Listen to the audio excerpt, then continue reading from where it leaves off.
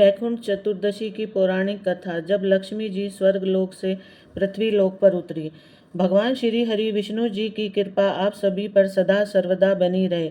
वैकुंठ चतुर्दशी का व्रत कार्तिक मास के शुक्ल पक्ष की चतुर्दशी को रखा जाता है। वैकुंठ चतुर्दशी पर भगवान शिव और श्री हरि विष्णु का मिलन होता है। इस दिन को हरि हर मिलन कहा जाता है। इस मिलन पर दोनों ही भगवान को एक दूसरे की पसंद की वस्तुएं अर्पित की जाती हैं।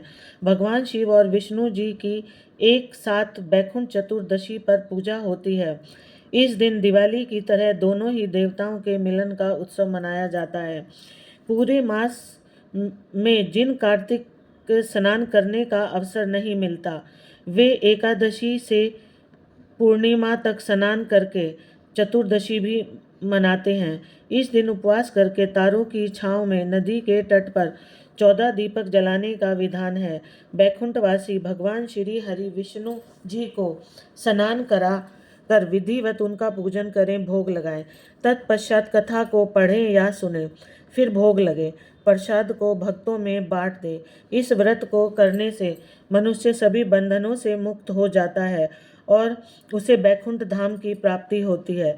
शास्त्रों में कहा गया है कि आज के दिन जो भी भक्त 1000 कमलों से भगवान विष्णु की पूजा करते हैं, वे मनुष्य भव बंधनों से मुक्त होकर वैकुंठ धाम को जाते हैं।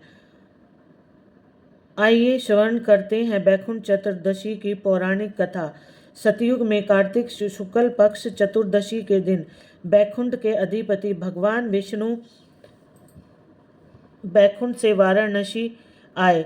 ब्रह्म मुहूर्त में भगवान श्री हरि विष्णु मणिकर्णिका घाट पर स्नान करके 1000 कमल पुष्प लेकर परम भक्ति भाव से भगवान शिव का पूजन करने के लिए पहुँचे।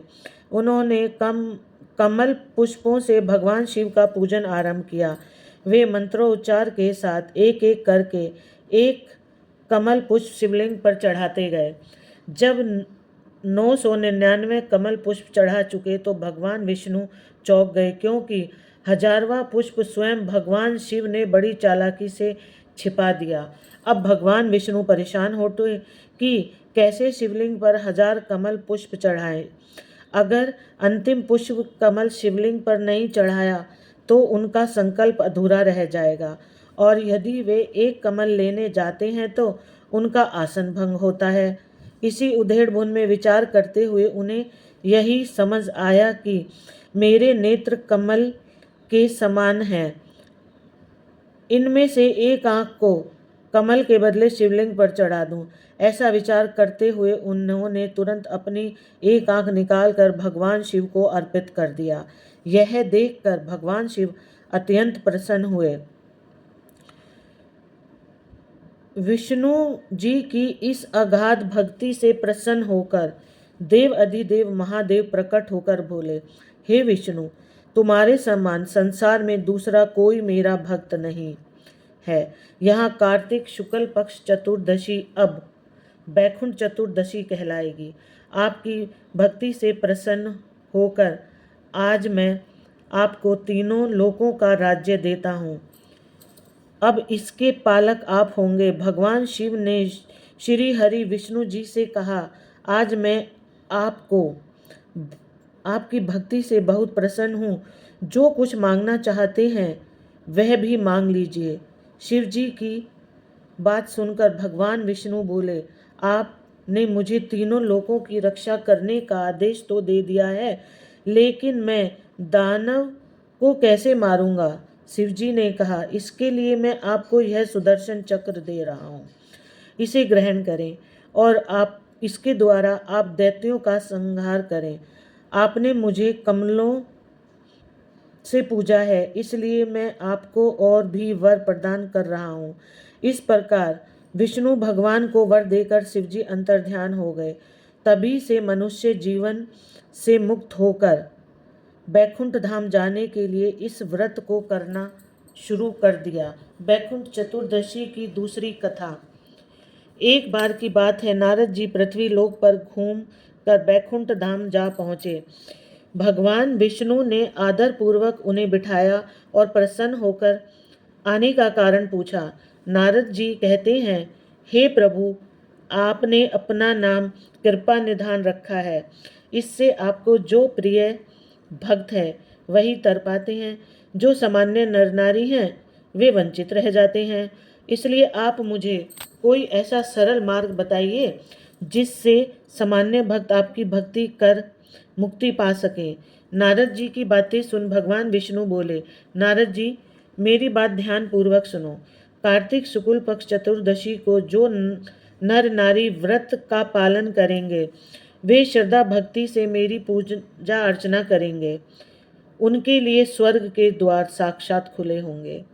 इसके बाद विष्णु जी आपने बैकुंठ के द्वारपाल जय और विजय को बुलाते हैं और उन्हें कार्तिक चतुर्दशी को बैकुंठ के द्वार खुले रखने का आदेश देते हैं। भगवान विष्णु कहते हैं, इस दिन जो भी भक्त मेरा थोड़ा सा भी नाम लेकर पूजन करेगा वह बैकुंठ धाम को प्राप्त करेगा। प्रेम से बोलिए लक्ष्मी नारायण भगवान की जय। अब आइए सुनते हैं बैकुंठ चतुर्दशी की मोक्ष प्रदान करने वाली कथा। एक नगर में एक राजा अपनी 2 बेटियों तथा पत्नी के साथ रहता था। एक दिन राजा भोजन करते समय अपनी दोनों बेटियों तथा अपनी पत्नी से पूछता है कि तुम सब किसके भाग्य का खाते हो।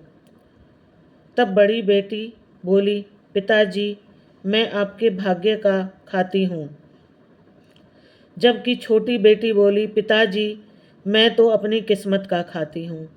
तब राजा ने क्रोध करते हुए अपनी पत्नी की तरफ देखा तो पत्नी ने भी डरते डरते कहा कि स्वामी, मैं तो आपके भाग्य का खाती हूँ। यह सुनकर राजा को बहुत क्रोध आया और उसने कहा कि मैं पूरी नगरी को खिलाता हूँ, तुम सबके लिए इतनी मेहनत करता हूँ, रोज़ तुम्हें अच्छा अच्छा भोजन खिलाता हूँ, नए नए वस्त्र और आभूषण पहनने के लिए मंगवाता हूँ, परंतु हमारी छोटी बेटी कहती है कि वह अपनी किस्मत का खाती है। तब गुस्से में आकर राजा ने अपने मंत्रियों को आदेश दिया कि जाओ 2 लड़के ढूंढ कर लाओ, मेरी बड़ी बेटी के लिए राज दरबार के राजा का पुत्र ढूंढो और छोटी बेटी के लिए गरीब लड़का ढूंढो। जिस समय राजा यह बात बोल रहा था वहाँ दरबार में सभी मंत्री, पहरेदार, चौकीदार सब मौजूद थे। तब सभी मंत्रियों को राजा की बात पर बड़ी हैरानी हुई, लेकिन किसी में इतनी हिम्मत नहीं थी कि वह पलटकर राजा से पूछे कि महाराज, आप अपनी दोनों बेटियों के साथ भेदभाव क्यों कर रहे हैं। किसी ने कुछ नहीं पूछा। कुछ दिनों बाद राजा ने अपनी बड़ी बेटी का विवाह एक राजा के पुत्र से कर दिया और छोटी बेटी का विवाह एक गरीब भिखारी के लड़के से कर दिया। दोनों बेटियां जब ससुराल जाने लगी तो राजा ने बड़ी बेटी को बहुत सारा दान दहेज, बहुत सारे आभूषण, स्वर्ण, चांदी, हीरे, मोती आदि दिए और बहुत सारे रेशमी सुंदर वस्त्र दिए, जबकि छोटी बेटी को बोरी के टाट के कपड़े सिलवाकर उसे पहनाकर भेजे और कुछ नहीं दिया। बड़ी बेटी अपनी माता पिता को प्रणाम करके निकल गई। छोटी बेटी कुछ नहीं बोली। जब छोटी बेटी अपने ससुराल में पहुंची तो उसने देखा कि वहाँ कोई उसकी आवभगत करने वाला नहीं था। एक झोपड़ी थी और एक बड़ा सा मैदान और वहाँ 5 चूल्हे बने हुए थे। रात्रि को छोटी बेटी चुपचाप सो गई। सुबह जब वह सोकर उठी तो उसने अपने जेठ जी से पूछा कि यह 5 चूल्हे यहाँ क्यों हैं। तब बड़े जेठ ने कहा कि वह हम 5 भाइयों के 5 चूल्हे हैं। राजा की छोटी बेटी ने कहा, ठीक है, लेकिन आप सब झोली लेकर कहाँ जा रहे हैं। जेठ थोड़ा समझदार था। उसने कहा कि बहू, हम सब तो भिखारी हैं, इसलिए हम सब तो भीख मांगने जा रहे हैं। जेठ ने कहा, बहू, तुम तो बहुत पैसे वाले राजा की बेटी हो। तुम्हारे मंत्री ने एक रात्रि को जबरदस्ती मेरे पांचवें छोटे भाई को पकड़कर तुम्हारे साथ ब्याह करवा दिया। तब बहू बोली कि जेठ जी, आपकी कोई गलती नहीं है, सबको अपनी किस्मत का मिलता है। मेरी किस्मत में जो था वह मुझे मिल गया। इसके बाद पांचों भाई भीख मांगने के लिए चले गए। पीछे से बहू ने पूरे घर की साफ सफाई करी, पूरे घर को गोबर से लीप कर आंगन को लीपी।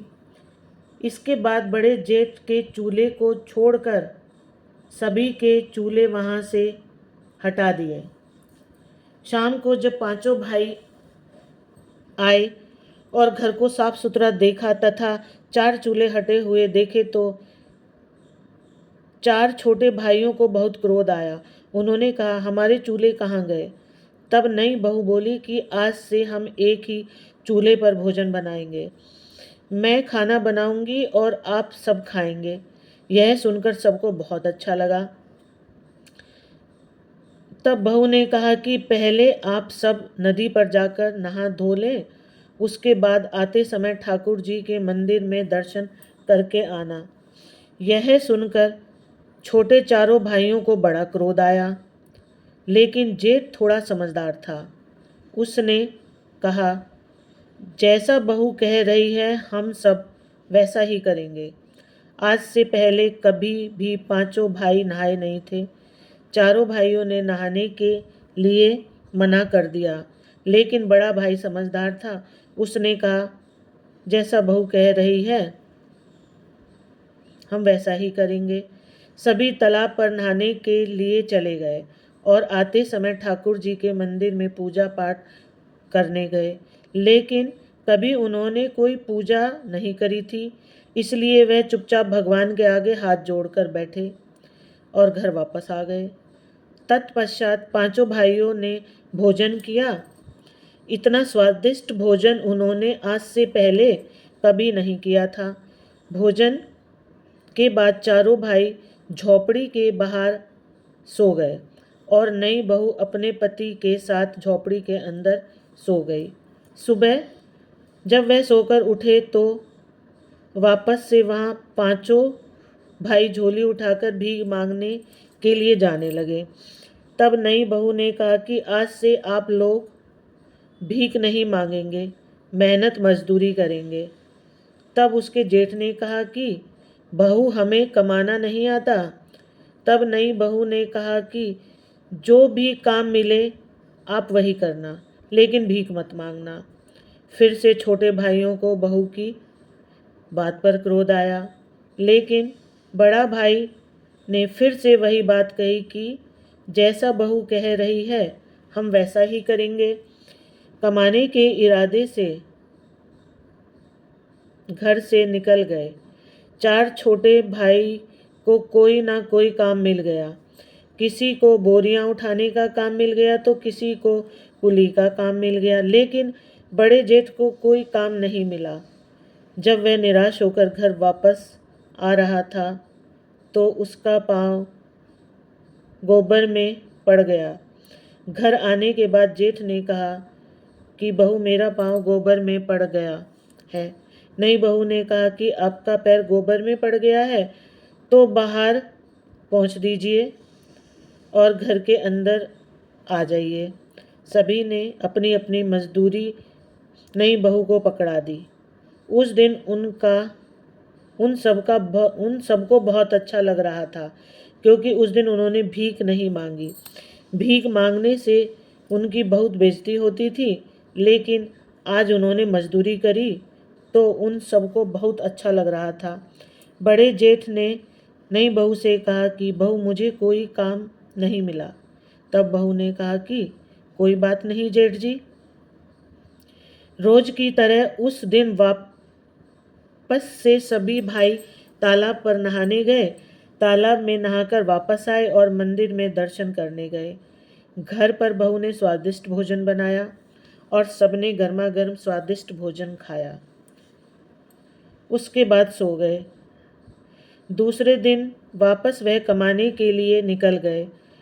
उस दिन भी 4 छोटे भाइयों को कोई ना कोई काम मिला, लेकिन वापस बड़े जेठ को कोई काम नहीं मिला। उस दिन भी बड़ा जेठ बहुत दुखी और उदास हो गया। वह सोचने लगा कि नई बहू को मैं आज क्या जवाब दूंगा। जब जेठ घर आ रहा था तो रास्ते में उसे एक मरा हुआ सांप मिला। देखने पर सांप को उठा लिया और आते ही उसने बहू से कहा कि बहू, मुझे यह रास्ते में मरा हुआ सांप मिला, इसका मैं क्या करूं? तो बहू बोली कि आप इसे झोपड़ी के ऊपर फेंक दीजिए। इससे इस तरह उनके दिन मज़े से निकलने लगे। उनके घर में अन्न धन के भंडार भी भरने लगे। सभी मेहनत मजदूरी करके कमाने लगे। एक दिन उस नगर के महारानी का बेशकीमती हार चील लेकर उड़ गई। सारे राज दरबारी, पहरेदार और चौकीदार उस चील के पीछे पीछे भागने लगे, लेकिन सब बेकार। जब वह चील उन पांचों भाइयों की झोपड़ी के ऊपर से उड़ रही थी तो उसने वहां मरा हुआ सांप देखा। तो चील ने रानी का वह हार वहीं गिरा दिया और सर्प लेकर उड़ गई। उधर राजा ने नगर में ढिंढोरा पिटवा दिया कि जिसे भी रानी का वह बेशकीमती हार मिले वहां लाकर राजमहल में, राज दरबार में जमा करवा दे और वह मुंह मांगा इनाम ले जाए। शाम को सभी भाई मेहनत मजदूरी करके वापस झोपड़ी में आए तो बड़े जेठ की नज़र झोपड़ी के ऊपर चमकती हुई चीज पर पड़ी। बड़े जेठ ने चमकती हुई चीज को उतार कर देखा तो वह बेशकीमती हार निकला। जेठ ने वहां हार लाकर नई बहू को दे दिया। तब नई बहू बोली कि यह हार तो रानी का है, आप इसे ले जाकर राजा को दे दीजिए। फिर जेठ ने वैसा ही किया। जेठ ने जाकर वहां हार राजा को दे दिया। राजा हार को देखकर बहुत खुश हुआ और बोला कि भाई, इसके बदले में तुम्हें मुंह मांगा इनाम मिलेगा। मैं तुम्हें सब देने के लिए तैयार हूँ। तब उसने बोला कि राजा जी, मुझे मांगना नहीं आता, मैं अपने भाई की पत्नी से पूछ कर आता हूँ। राजा ने कहा, कोई बात नहीं, तुम पूछ लेना फिर बताना। जेठ घर आया। घर आने के बाद उसने नई बहू को पूरी बात बताई। तब बहू ने कहा कि जेठ जी, आप राजा के महल में वापस जाना और राजा से कह देना कि राजा जी, मैं चाहता हूँ कि बैकुंठ चौदस के दिन नगर में किसी के भी यहाँ दीपक ना जले और राजमहल में भी अंधेरा रहे। तब जेठ वापस राजमहल में गया। राजमहल में जाकर उसने राजा से कहा कि राजा जी, मुझे कोई इनाम नहीं चाहिए, बस आप बैकुंठ चौदस अर्थात बैकुंठ चतुर्दशी के दिन नगर में यह ढिंढोरा पिटवा दीजिए कि कोई भी नगरवासी दीपक न जलावे, यहाँ तक कि राजमहल में भी दीपक ना जले। बैकुंठ चौदस के दिन पूरी नगरी में अंधेरा रहे। बिना कुछ सोचे समझे राजा ने कहा, कोई बात नहीं, अगर तुम्हारी यही इच्छा है तो एक दिन नगर में कोई दीपक नहीं जलाएगा और राजमहल में भी दीपक नहीं जलेगा। राजा ने पूरी नगरी में यह ढिंढोरा पिटवा दिया कि पूरी नगरी में बैकुंठ चौदस के दिन कोई भी दीपक नहीं जलावे। दूसरे दिन बैकुंठ चौदस की रात्रि को किसी ने भी दीपक नहीं जलाया, यहाँ तक कि राजमहल में भी दीपक नहीं जला। लेकिन पांचों भाइयों की झोपड़ी में नई बहू ने चारों तरफ दीपक जलाए, कहीं पर भी अंधेरा नहीं छोड़ा। माता लक्ष्मी के पग बनाए और एक थाल तैयार करके वहां बैठ गई। जब बैकुंठ चौदस की रात्रि को स्वर्ग लोक से माता लक्ष्मी मृत्युलोक में उतरी तो माता लक्ष्मी को उस नगर में सब जगह अंधेरा ही अंधेरा दिखाई दिया। केवल एक झोपड़ी जगमग कर रही थी। माता लक्ष्मी उस झोपड़ी पर आई और दरवाज़ा खटखटाने लगी। अंदर से बहू ने कहा कि कौन है? माता लक्ष्मी ने कहा कि मैं इस घर की बेटी हूँ। बहू ने अंदर से कहा, हमारे घर में आपके लिए कोई जगह नहीं है, क्योंकि हमारे पास खुद के रहने की कमी है। हम आपको कहाँ से खिलाएंगे। थोड़ी देर बाद माता लक्ष्मी ने फिर से दरवाज़ा खटखटाया। बहू ने अंदर से पूछा, आप कौन हैं? माता लक्ष्मी ने कहा, मैं इस घर की बहू। तब भी नई बहू ने दरवाज़ा नहीं खोला। तीसरी बार माता लक्ष्मी ने फिर से दरवाज़ा खटखटाया। तब नई बहू ने कहा कि आप कौन हैं? माता लक्ष्मी ने कहा कि मैं इस घर की बहू और 7 पीढ़ी तक इसी घर में रहूंगी। ऐसा सुनते ही नई बहू ने दरवाज़ा खोल दिया। जैसे ही माता लक्ष्मी ने झोपड़ी के अंदर पांव रखा तो उनका घर सुंदर महल बन गया। तब नई बहू ने माता लक्ष्मी को बैठने के लिए चौकी दी। माता लक्ष्मी ने कहा कि मैं तो पैसे वाले अमीर सेठ के घर में नहीं बैठूंगी। लेकिन नई बहू ने माता लक्ष्मी का हाथ पकड़कर चौकी पर बिठा दिया, क्योंकि चौकी पर बैठते ही माता लक्ष्मी ने साक्षात दर्शन दिए। तब नई बहू माता लक्ष्मी के चरणों में गिर पड़ी। कुछ देर बाद नई बहू ने माता लक्ष्मी की आरती उतारी। फिर क्या कहा था? माता लक्ष्मी की कृपा से उनका घर धन धान से भर गया। सुबह जब पांचों भाई सोकर उठे तो उनका घर महल में बदल चुका था। सभी भाइयों के आश्चर्य का ठिकाना नहीं रहा। माता लक्ष्मी की कृपा से धीरे धीरे वे नगर के सेठ कहलाने लगे और उनके भाई की पत्नी सेठानी कहलाने लगी। तब सब तरफ उनका कारोबार फैल गया। हर जगह उनकी चर्चाएं होने लगी। वे पांचों भाई केसर कस्तूरी का व्यापार करने लगे। उनके घर धन धान्य से भर गया। माता लक्ष्मी की ऐसी कृपा हुई कि उन पांचों भाइयों के पास नौकर चाकर हाथी घोड़े सब हो गया। बड़ी बहन के घर में सब कुछ ठप हो गया। कारोबार में घाटा लग गया। उनके यहाँ एक समय की रोटी के भी लाले पड़ने लगे और उन्हें अपना सब कुछ बेचना पड़ा। बड़ी बहू के साथ ससुर ने अपनी बहू से कहा कि तुम तो कलंकनी हो, तुम्हारे आते ही हम बर्बाद हो गए, और उन्होंने अपनी बहू को घर से निकाल दिया। बड़ी बहू अर्थात राजा की बड़ी बेटी रोती हुई अपने पिता के घर आई। अपनी प्यारी लाडली बेटी को ऐसी हालत जब राजा ने देखा तो राजा बहुत दुखी हुए और राजा ने अपनी बड़ी बेटी से सारा हाल पूछा। बड़ी बेटी ने रोते रोते अपना सारा हाल अपने पिता को कह सुनाया। तब राजा ने मन ही मन सोचा कि मैं अपनी बड़ी बेटी के लिए इतना देखभाल करके घर-वर ढूंढा था, इसकी ऐसी हालत है तो छोटी बेटी की हालत क्या होगी? पता नहीं वह जिंदा भी होगी या नहीं।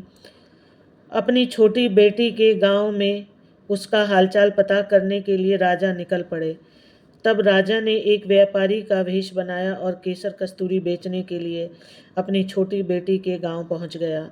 गांव में पहुंचते ही राजा ने जोर जोर से आवाज़ लगानी शुरू कर दी, केसर कस्तूरी ले लो, कोई केसर कस्तूरी ले लो। करते करते सुबह से दोपहर हो गई। तभी जिस गली में राजा ने आवाज़ लगाई उस गली में उसकी छोटी बेटी का हवेली नुमा मकान था। बेटी ने अपने पिता की आवाज़ पहचान ली। उसने ऊपर झरोके में से झांक कर देखा तो राजा को देखकर पहचान गई कि यह तो सच में हमारे पिता हैं। तब उसने अपने नौकरों से कहा कि बाहर जो आदमी केसर कस्तूरी बेच रहा है उसकी केसर कस्तूरी को मुंह मांगे दाम में खरीद लो और उन्हें आदर से बुलाकर अंदर लेकर आओ तथा उनके लिए भोजन पानी की व्यवस्था करो। उन सब ने वैसा ही किया। बहुत अच्छी कीमत पर केसर कस्तूरी खरीद ली और उन्हें भोजन के लिए आसन लगाकर बैठाया। नए नए पकवान उनके खाने के लिए परोसे। बीच बीच में छोटी बेटी नए नए कपड़े पहनकर अच्छे अच्छे आभूषण पहनकर और लंबा घूंघट निकालकर उनको परोसने लगी। राजा ने मन में सोचा कि उनके यहाँ बहुत सारी नौकरानियाँ हैं। उसके पिता हंसते हुए बोले कि बेटी, क्या तुम यहाँ नौकरानी का काम करती हो? तब बेटी बोली, नहीं पिताजी, यह मेरा घर है, मैं तो यहाँ की सेठानी हूँ। राजा ने कहा, अच्छा, तू सेठानी है, लेकिन तूने तो वही फटे पुराने कपड़े पहन रखे हैं, वही बोरी वाले टाट वाले कपड़े पहन रखे हैं जिसे देखकर मैंने तुझे विदा किया था। तब बेटी बोली, नहीं पिताजी, बार बार जो अलग अलग नए नए कपड़े पहनकर आपको खाना परोसने आ रही थी वह मैं ही थी, और अब मैं जो आपके पास बोरी के टाट वाले कपड़े पहनकर आई हूँ यह भी मैं ही हूँ। छोटी बेटी ने कहा, पिताजी, मैं आज आपको बताना चाहती हूँ कि सब अपने भाग्य का ही खाते हैं। यह मेरी किस्मत है जो आज मैं इस नगर की सेठानी हूँ, और यहाँ आपकी किस्मत है कि आज आप केसर कस्तूरी बेच रहे हैं। इसलिए पिताजी, आज के बाद कोई किसी को यह ना कहे कि वह एक दूसरे की किस्मत का खाते हैं। यह सुनते ही उसके पिताजी का सिर नीचे हो गया और उसने कहा कि बेटी, तुम जीती, मैं हारा। उसके पिता ने हार स्वीकार कर ली। बेटी ने कहा कि पिताजी, आप हमसे हमेशा बड़े थे और बड़े ही रहेंगे। मैं तो सिर्फ आपको इतना बताना चाहती हूँ कि सभी मनुष्य अपनी किस्मत का ही खाते हैं, कोई किसी की किस्मत का नहीं खाता। इस तरह आज मैंने आपको बैकुंठ चौदस की एक पुरानी कहानी सुनाई। आशा करती हूँ यह कहानी आपको ज़रूर पसंद आई होगी। जय श्री कृष्ण। दोस्तों, आपको यह जानकारी और कथा कैसी लगी, कृपया कमेंट करके ज़रूर बताएं। वीडियो पसंद आया हो तो लाइक और शेयर करें, और ऐसी ही बहुत सारी कहानियाँ को सुनने के लिए मेरे चैनल को सब्सक्राइब करें। राधे राधे। अच्छी लगे तो कमेंट बॉक्स में राधे राधे ज़रूर लिखना।